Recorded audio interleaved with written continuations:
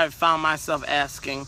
They said, Jesus, why do you speak in parables and these fables and these stories, these riddle-like messages? Why do you speak in those kind of terms? Like, why don't you speak to them direct the same way you speak to me? Well, or why don't you speak to them where they can have an understanding the same way that I have an understanding? For those who God entrusts with revelation, can understand what I'm talking about. Where you say, well, God, I know I'm not crazy. I know what you said. I know what you've told me, but can you give it to me in a way where they can understand it too? Help me to find the vocabulary, the verbiage, the vernacular to explain it the same exact way. Can you help me to tell them what it is that you're telling me so that way they can get it too? You get frustrated because people almost seem like they don't get it, and you're saying, God, why don't they get it? I know that I get it because I heard it, but why can't they hear it the same way that I heard it? Why are you talking in these ways? Yeah, God, I get it, but why won't you say it in a way that they can get it too? Why won't you give it to them in a revelation the same way you gave it to me? God, can you please talk to them the same way you talk to me? Because it's hard and it's frustrating for me to try to explain what it is that you're doing, what it is that you're saying, because when you speak to them in parables, the parables go right over their head. They don't get it. I mean, so help me to explain it. Give me the words to say it the same, or give me words to say it so that way they can hear me and they can understand me. God, I don't want them to think that I'm crazy because of the level of revelation that I have, but I don't have the words to explain to them why. Because when you speak to them in parables. Why are you hiding this revelation? Why are you hiding this mystery from them? Why are you hiding the mystery from them but making it available to me? You're putting me in a peculiar, put me in a difficult situation. You're putting me in a hard place because you have given me revelation that you won't give them, but yet I don't have the words or the vernacular to explain it to them. Why is this happening? God, what am I supposed to do about it? How do I let them know that I'm not crazy, that I just have revelation, that I'm not insane, but I have just I'm just ahead of my time, that I'm not confused. I just understand that the scope of things have changed predicated on what you've said. And so in Matthew chapter 13 and verse 11, Jesus gave us this answer. He said, I speak to them in parables. He says, I speak to them in parables because what I'm saying and what I'm trying to relay, I'm not trying to tell them. I'm trying to tell you. Okay, hear me. He said, I'm speaking to them in parables because they have eyes that can't see and they have ears that won't hear. That I'm speaking in parables because I'm actually speaking over their heads. I'm speaking at an octave higher than they can handle, higher than an octave higher than their ears are able to comprehend. I'm speaking to you at a place where it's not meant for them to know what you know. That the mysteries of God are not given to everybody, but God chooses who he can give his mysteries to. Okay, he says, so when I speak to them, I got to speak to them in parables because I don't need them to know this information yet. If some of these people got this information, they will start thinking things wrong. They will start thinking things in a whole nother way. They will start thinking that it was about them. They will start thinking that they were great, that they were grand, that they were a great wonder in Zion. They will start thinking that it is all about them. He says, so I have to speak the mysteries of God in a safe place. And the safe place to receive mysteries from God is at a place called parables. And so when I speak to you, I speak to you in parables so that way no one outside of this dimension can hear what it is I'm saying. The reason why they can't hear it is because they are not from that dimension. They do not have access to that realm. They are not from that stratosphere. And so that's why when you try to explain it to them, it makes them go crazy. It makes them have headaches. It gives them a mental breakdown. Their darkness in their mind cannot comprehend the light in which you speak. Why? Because God, when he speaks to you, he speaks to you in a safe place where those who aren't where you are cannot receive it. And let me say this, that there's levels in God's revelation. There's milk for the babes, there's meat for those with teeth, and then there's mysteries for those who are in personal relationship with him. Yeah, you might have had some meat before, but if God can't trust you with mystery, it proves that you have not moved to the mastery level. Oh, I'm talking good. My God, Jesus.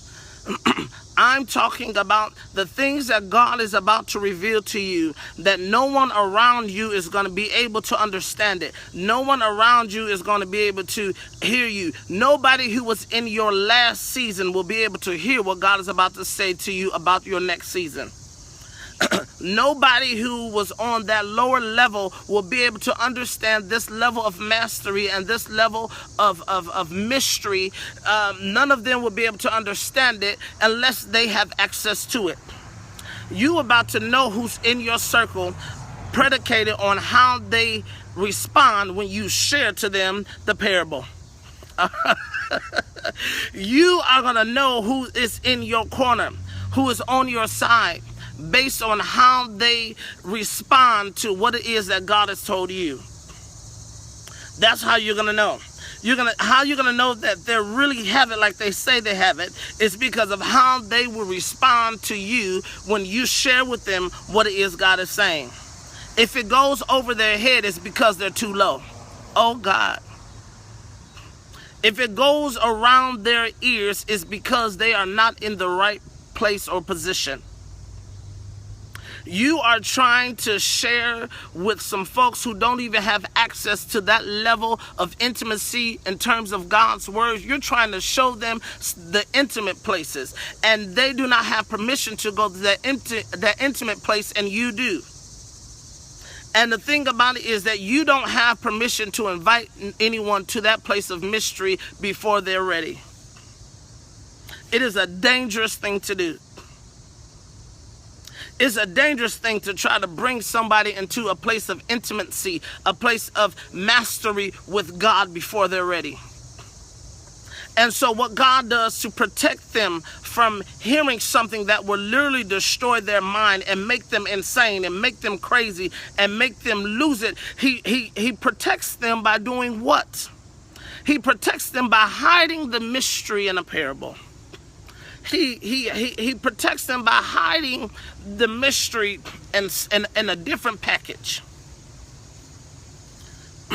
I had a job once, and the job that I worked at, when I used to have to make bank deposits for the job, and they would tell us, you don't put the deposit in something that looks obvious where people can know what's inside of what you're carrying. And so we used to have to take the money and we used to have to put it inside of McDonald's bags, so that way people don't understand how great of a mystery or how great of substance was inside of the bag. Now, had I put it inside of a money bag or inside of a nice Coach bag or a Ferragamo bag or some such that way, people will look at it and they will probably say it's something that's of worth inside of it.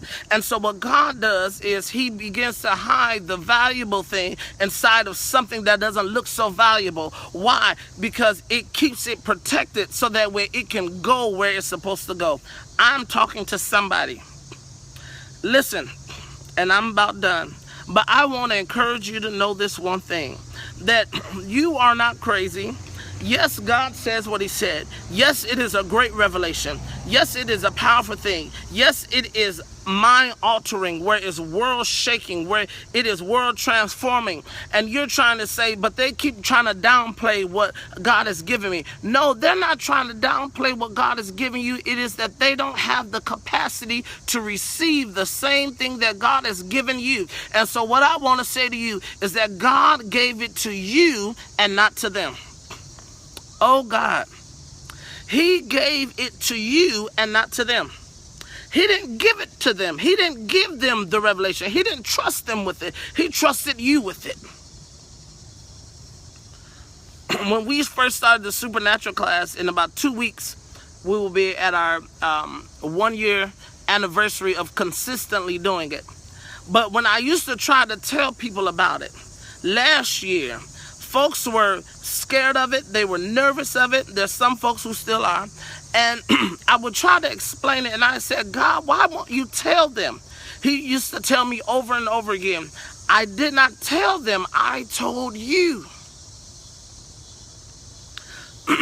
God did not tell them about your miracle that's coming, that's on its way. God didn't tell them about your new business venture that no one else is doing. God did not tell them about your new way of doing ministry that has never been seen before. God did not tell them, but he told you. Stop trying to give them access to the level of intimacy that you have.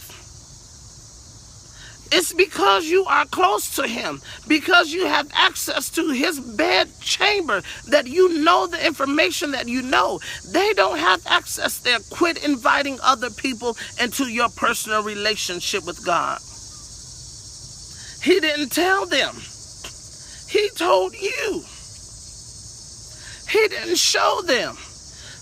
He showed you.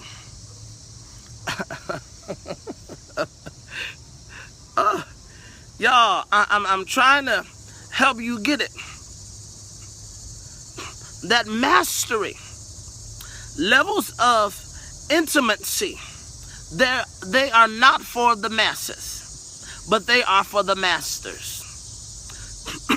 What God is trying to do for you is he's trying to grow you up, and he's trying to take you even beyond the meat, but on maturity, where you can come into intimacy and mastery. And when you come to that place, that's the place where things are created and things are made and things are birthed and things are delivered. Oh God. God is trying to grow you up. And you are wanting the people who refuse to grow up. You're wanting people who refuse to step into mastery. You're wanting the people who want to stay on milk. You're wanting those people to hear the same thing you heard. God forbid. It was never meant for them to hear. When he said it, he knew he was speaking over their heads. Oh God. When he talked to you about you, the reason why no one else can hear it is because he meant to speak it over their head. I tell people all the time, just because you never heard it doesn't mean it isn't true. And everything that God does is not confirmation. Sometimes it is revelation. God's about to reveal something to you.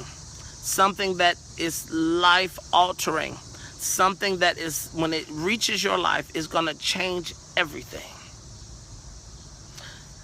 And when that time comes, I don't need you to waste your time, waste your breath, waste your energy, waste your mental capacity trying to figure out a way to explain it to them. It is not meant for them to know. He told you and not them. It is not meant for them to know. He told you and not them. Hey, listen, I'm done. But this is what I want you to do. Please share this video to everyone you know that's in the same place. Your friends who you know that are in the same circle. I want you to share this to them. I want to help encourage them. And listen, on September the 9th at 9 a.m., so that's 9/9 at 9 a.m., we're doing the first supernatural class for our 1-year anniversary. I want you to be there. We are teaching the people of God how to move through supernatural terrain and how to transact business in the spirit realm. And we're teaching God's people. It is changing lives every single day. And listen, I want to help you come to that place. I want to help you move from the place of where you're still sucking milk, still listening to just Bible stories.